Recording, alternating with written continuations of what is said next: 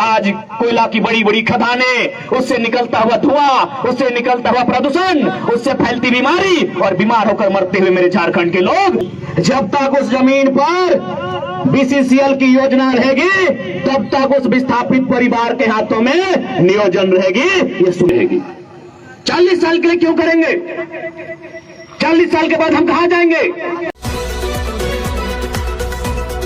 आज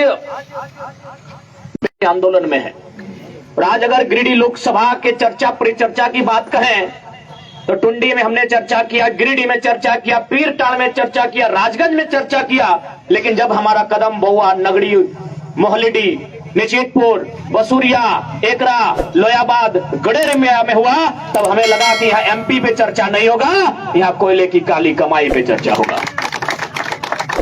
आज मैं आपकी जानकारी के लिए बताना चाहूंगा कि भारत देश में जो कोयला का खनन किया जाता है, इसमें कोल इंडिया 82% खनन का काम करती है, बाकी 18% में उसका योगदान नहीं है। कोल इंडिया कहने का मतलब उसकी जो यूनिट ECL, NCL, WCL कुल मिलाकर कोल इंडिया की 8 यूनिट है जो 7 खनन का काम करती है, एक डिजाइनिंग और प्लानिंग का काम करती है। ये 82% कोयला खनन करती है, 18% नहीं करती है। तो 18% कौन करते हैं? कोऑपरेटिव सोसाइटी करते हैं, जिनकी जमीन वे लोग करते हैं।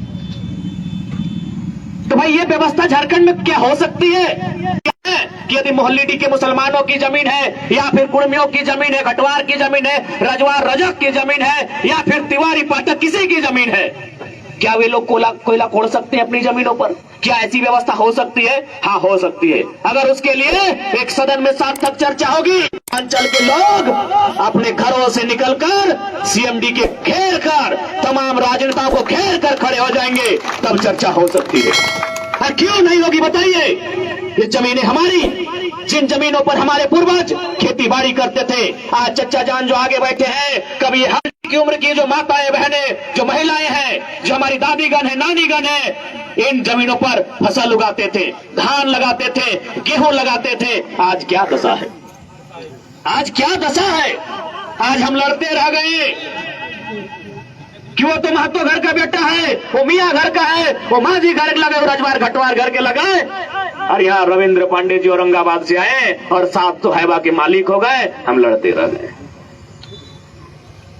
आज आप बताइए जिन मुद्दों पर हम लोग का मुद्दा है, आज हम विस्थापन की बात करते हैं, आज हम कोयले पर बात करते हैं, कोयले के कानूनों पर बात करते हैं, सदन में चर्चा करने की बात करते हैं। क्या वो एक जात की बात है? जी नहीं, वो झारखंड के जमात की बात है।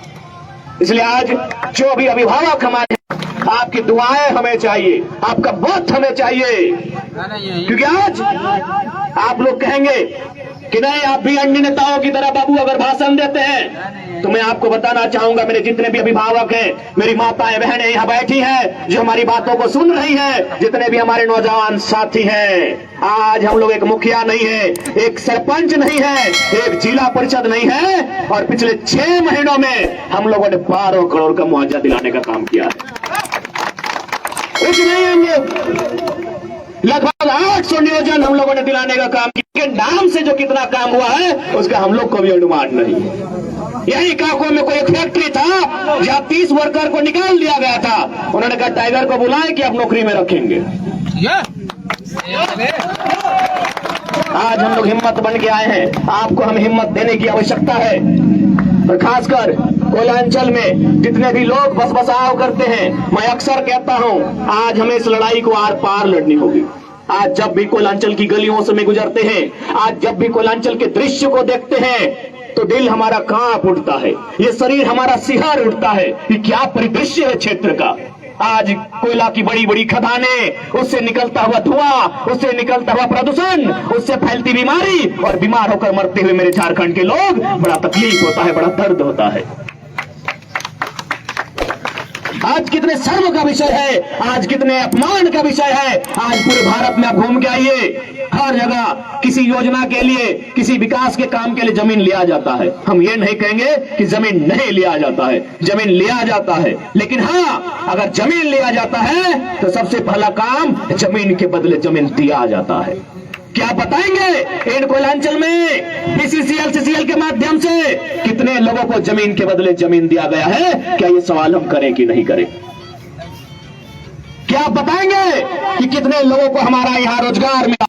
मैं आपको कहना चाहूंगा कि रोजगार की व्यवस्था पीढ़ी दर पीढ़ी हो। जब तक उस जमीन पर बीसीसीएल की योजना रहेगी तब तक उस विस्थापित परिवार के हाथों में नियोजन रहेगी, ये सुनिश्चित करना होगा। क्यों नहीं सुनिश्चित होगा? क्यों नहीं होगा? ये जब खेत था तो अगर हमारे परदादा ने खेती बाड़ी किया था तो हमारे दादाजी ने भी किया और हमारे पिताजी ने भी किया और आज हम भी कर रहे हैं। हमारे बाद हमारे बेटे करेंगे, हमारे बेटों के बाद हमारे नाती करेंगे, परनाती करेंगे, छरनाती करेंगे। ये जमीन पीढ़ी दर पीढ़ी खेती के काम आती है। तो इसलिए ये व्यवस्था भी होनी चाहिए, सदन में इस बात की भी चर्चा होनी चाहिए। यदि कोई जमीन कोयला खनन के लिए अधिग्रहण की जाती है, जब तक वहां परियोजना रहेगी, जब तक बीसीसीएल का कार्य रहेगा, उस पीड़ित परिवार के हिस्से में हर बार एक नौकरी रहेगी। 40 साल के लिए क्यों करेंगे? 40 साल के बाद हम कहां जाएंगे? आप ही बताइए कि हम लोग गलत मुद्दों के साथ लड़ रहे हैं। 40 साल नौकरी करने के लिए है? ये 4000 साल पहले से खेत खलिहान, ये बाग, ये बगीचे, ये गांव, ये गलियारे,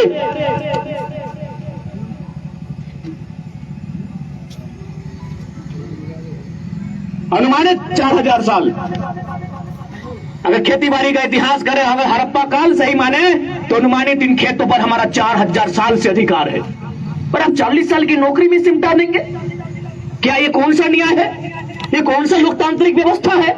ये कैसा संवैधानिक ढांचा है कि 4000 साल से जिस जमीन को हमारे पूर्वज जोत कोड़ रहे हैं, जिन पहाड़ों को काट कर, छांट कर, उनके पत्थरों को कबाड़ कर, छेनी हथौड़ा से छेंच कर खेत बनाया है, आप एक झटके में नियम लाते हैं, कोयला की खदान से आप खनन करते हैं और एक झटके में हारे जाते हैं।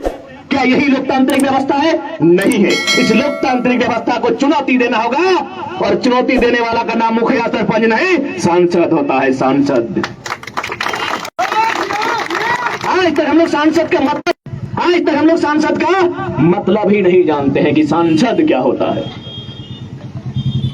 सांसद क्या होता है, ये मतलब ही नहीं जानते हैं। सांसद का मतलब वो होता है जो कोयला की खदानों में अगर हमारी जमीन अधिग्रहण किया जाएगा, वहां जो हमें मुआवजा दिलाएगा उसे सांसद कहते हैं। जो हमें वहां नियोजन दिलाएगा उसे सांसद कहते हैं।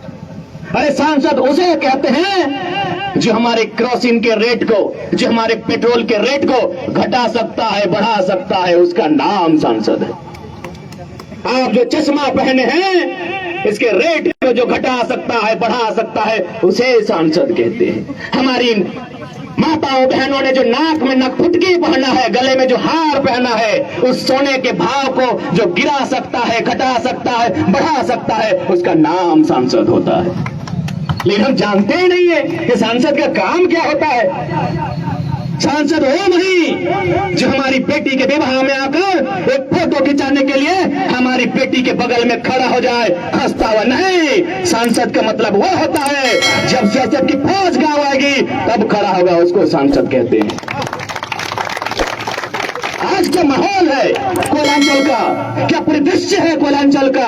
गांव हमारा, जमीनें हमारी और सियासत की लाठियां भी हमें,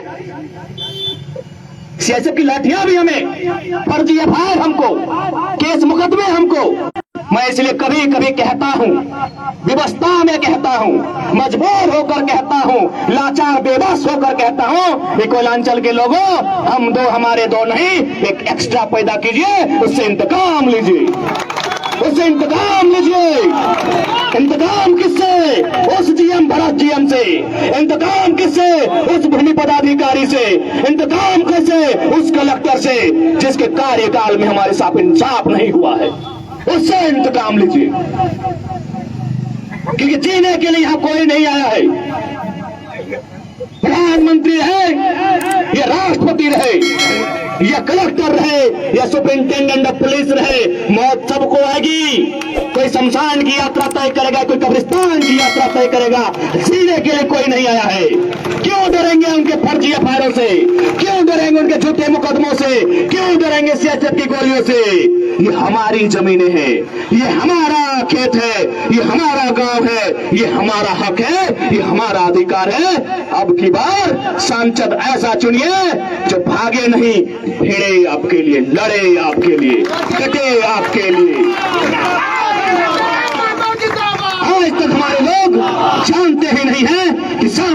काम क्या होता है, विधायक का काम क्या होता है।